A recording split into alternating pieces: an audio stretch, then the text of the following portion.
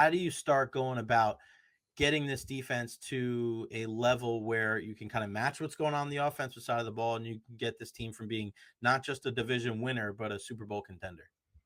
I think you have to get really serious at a couple of positions and you have to spend this offseason. I think I've completely supported their approach to be careful, just given the cap situation and where they were at. They've navigated those waters. They've navigated two tough post Brady years with the cap, and gotten back to the point where they can start to go in and be aggressive again. Not many teams come out of a win now all in window and Right. are ready to compete again. Me, you have to go all in if you're the Bucks. You have to make a move to add a real difference maker to this defense. They have basically drafted their entire defense. They've been Mhm. very hesitant, and especially the last couple of years, rightfully so, with where the cap was at, to add a real difference maker to the defense.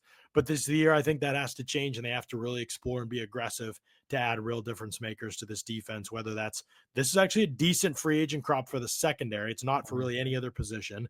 Can you get in on that group at all? I talked about Travarius Ward being a potential addition for this team that probably wouldn't even cost that much at this point because he's coming off a bit of a down year, and there's been obviously some stuff with him that's made it very hard for him, I think, on the field. But I think that if he's ready to return from some of that stuff, that he could be an upgraded player. There are a couple names I wrote about for them, but I think they have to get really serious about adding three or four legit pieces to this defense in the offseason. And if they bring Godwin back, and I think the offense takes care of itself.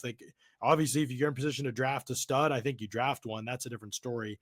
But to me, in free agency or via trade, I think you have to get serious about trying to add another difference maker on the edge. I would be in on the Trey Hendrickson conversations if they're to be had. I think that needs to happen. Don't know whether they'll do that or not, but it does seem like Todd Bowles has been more vocal than ever before that we have to get Rush with four.